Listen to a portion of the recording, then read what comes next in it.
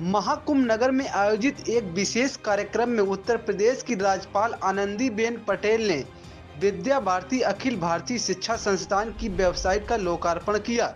यह वेबसाइट विद्या भारती की पूर्वी उत्तर प्रदेश क्षेत्र के शैक्षणिक और सांस्कृतिक प्रयासों को डिजिटल माध्यम से प्रस्तुत करने का एक प्रयास है। कार्यक्रम में भारतीय शिक्षा संस्कृति और महाकुंभ की आध्यात्मिक महिमा को रेखांकित किया गया। राज्यपाल आनंदीबेन पटेल ने अपने संबोधन में महाकुंभ के ऐतिहासिक और सांस्कृतिक महत्व पर विस्तार से चर्चा की। उन्होंने इसे भारतीय परंपराओं और आध्यात्मिकता का जीवंत संगम बताते हुए कहा कि महाकुंभ केवल एक धार्मिक आयोजन नहीं है, बल्कि भारतीय जीवन मूल्यों और संस्कृति का एक प्रतिबिंब है। इसके साथ ही उन्होंने प्रसिद्ध शासिका अहिल्याबाई होलकर की न्यायप्रियता और कुशल शासन के प्रेरणादायक उदाहरणों का साझा किया। उन्होंने कहा कि अहिल्याबाई होलकर ने न केवल अपने राज्य का विकास किया, बल्कि न्यायप्रियता और नैतिक के उदाहरण प्रस्तुत किए। एक घटना का उल्लेख करते हुए राज्यपाल ने कहा कि अहिल्याबाई ने अपने पुत्र को उसी तरह दंडित करने का आदेश दिया जैसे एक बछड़े की हत्या के लिए समान नागरिक को दंड दिया जाता है। ये उनकी न्यायप्रियता का अनूठा उदाहरण है।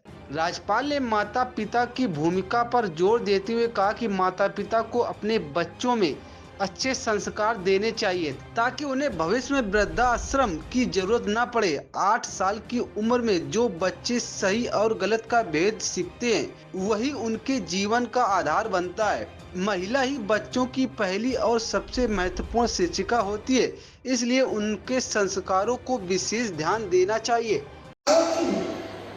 बेटियां भी हैं। यदि हम हमारे बच्चों को पालन पोषण में कुछ भी कमी रह गई तो भारत को हम विकसित नहीं बना सकते।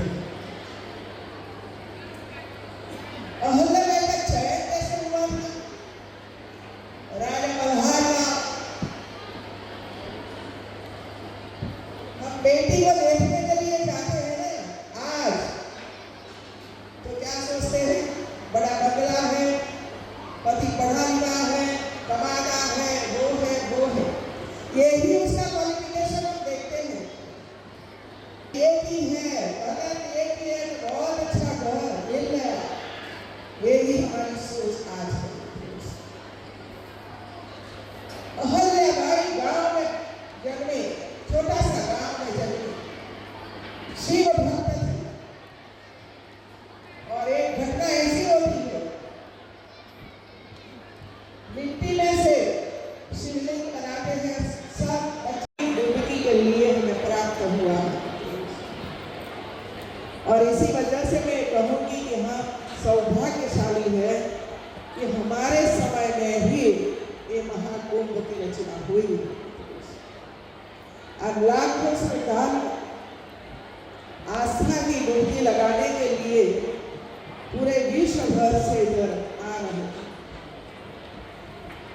हमारे साधु संत ऋषि मुनियों का आशीर्वाद प्राप्त कर रहे हैं। भारत की संस्कृति और परंपराओं को देख रहे हैं, सहज रहे, सुन रहे हैं और अपना भी रहे हैं। प्रयागराज में 12 साल के बाद ऐसे कुंभ की रचना होती है। कभी अर्धकुंभ होता है तो कभी महाकुंभ होता है।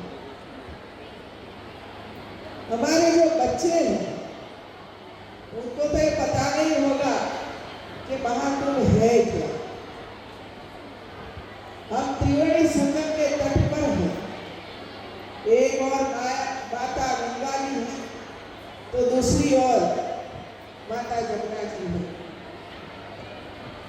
और तीसरी हमारी सरस्वती माता जो अदृश्य रूप में है।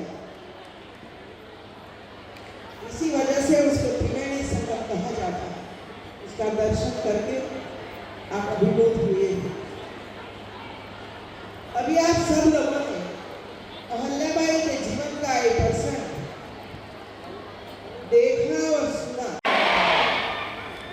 भारत माता की, गंगा मैया की, त्रिवेणी संगम की। अब आपका आवाज बंद होना चाहिए।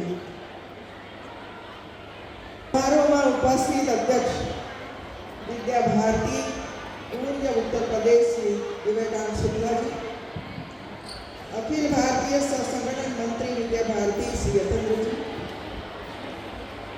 वरिष्ठ चिकित्सक डॉक्टर कीर्तिका अग्रवाल जी, क्षेत्रीय संगठन मंत्री विद्या भारती पूर्व उत्तर प्रदेश श्री हेमचंद्र जी, मातृशक्ति महाकुंभ में योगदान दे रहे सभी महिलाएं तथा सभी महानुभाव, प्यारे बच्चे, अभिभावक, देवी और